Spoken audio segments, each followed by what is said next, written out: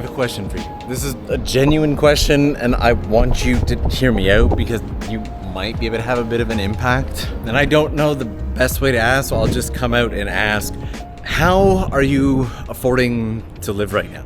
I guess both how well and just logistically, how are you doing? I was about to record a video on how to do Tokyo or Japan on an extreme budget. And if you want, I can still do that video, let me know. But the more I thought about it, the more I realized that there are just so many people right now that can not only not afford to do Tokyo or Japan, but cannot afford even the fantasy of doing Tokyo or Japan. Things have just gotten so expensive at the moment. Or perhaps the whole world is just a lot richer than I think.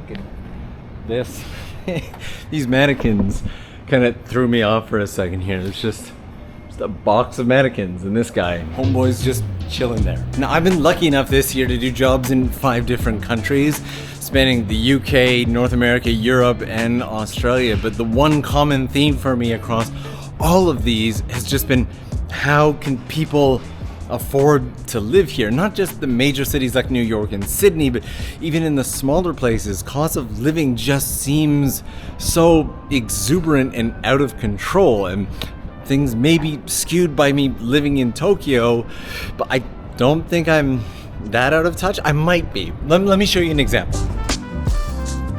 Like this right here, skinny little vending machine that's just slightly wider than my hand and has full-size drinks for as low as 140 yen, or even small ones for like 130. That is $1 or even 90 cents with the current exchange rate. Actually, this vending machine isn't even that great of an example, and there are so many vending machines in Tokyo that in the time that it takes me to do this, I can literally walk over here to these ones, the Happy Price vending machines, which have everything for, well, not everything, for 100 yen. If I wanted a water right now, I can literally just push that, put my Suica card,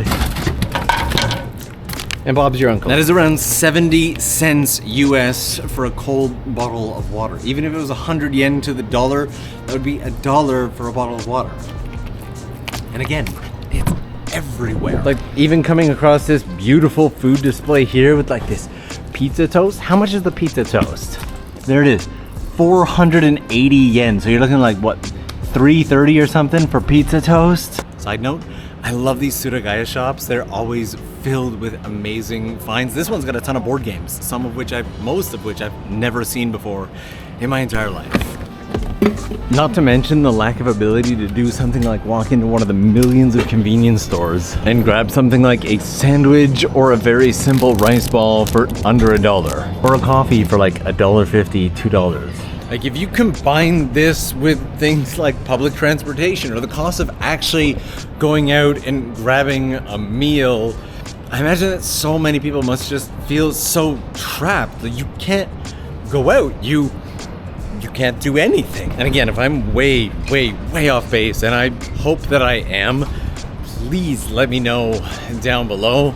But even running this channel, the reality is that if I wasn't living in Japan, I would not be able to enjoy life at the level that I am right now. So I am very grateful to be here, but even here in Japan, things aren't perfect for Japanese residents or for people working here. Everything from IT to English teachers and everything in between. The average salary in Japan is somewhere between 1,700 and 3,500 USD per month. Yes, 1,700.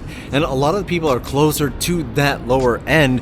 And while inflation hasn't really skyrocketed in Japan has also gone decades without seeing any major pay increases. Another side note, these 2 cars with their engines running have been here since 5 o'clock this morning with the drivers inside just napping, waiting for work. It's an interesting little subculture that I want to learn more about.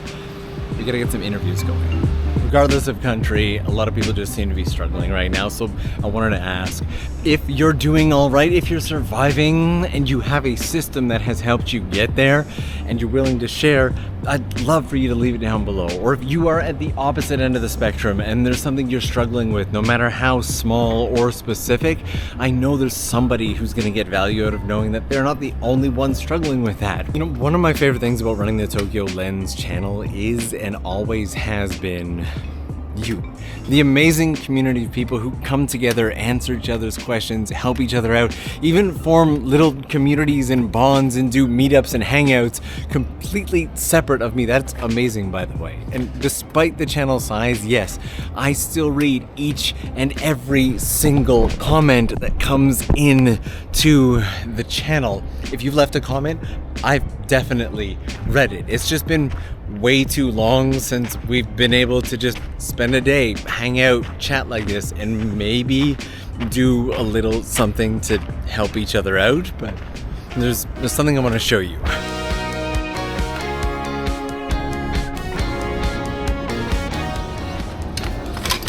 Check out this space right here. You can see the trains coming in every direction. This has always been one of my favorite spots in the city. That over there is Ocha no Mizu, and the view from here is absolutely gorgeous, trains or not, but the constant crossing of trains just makes it so much better. And yes, I'm very aware that it's just a bridge where you can see some trains, but some pretty cool ones come through sometimes too, and I just love it, love it. There's actually one more kind of, not really hidden, but slightly hidden spot that I want to show you down this way. Also, I get that not everybody wants to share their struggles. You know, let me pick this up. So absolutely no pressure there, but at least tell me, how have you been?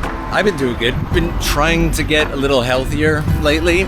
It's not easy, but it's been fun. And I get to relax a little more now because all my overseas jobs and international travel for this year is done. I just get to stay and enjoy Japan for the rest of this year, and I'm looking forward to that. And the spot I want to show you is right up here. So right here at the edge of Akihabara, this bridge is called Manseibashi, and this is actually a former station, and you can go in from right here. And with Akihabara right there in the background, this is a public open space that just nobody comes out to, and for some reason is always peaceful and empty.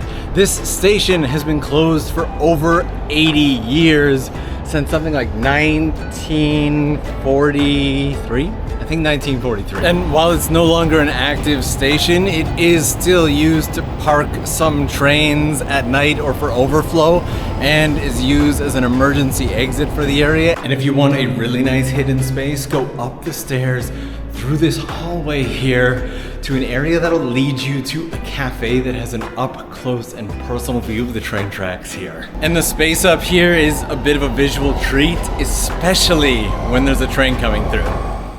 You got the Manseibashi sign here. You get all these cool trains that go through. There's even more in the background. It's basically just another really cool train watching spot, I guess. But I've been really missing just doing casual hangout vlogs like this with you. I think we need to do more of these. I might even just start doing them more regularly on the Tokyo Lens Explore channel. That's the cafe over there, by the way. But thank you guys so much for hanging out with me today.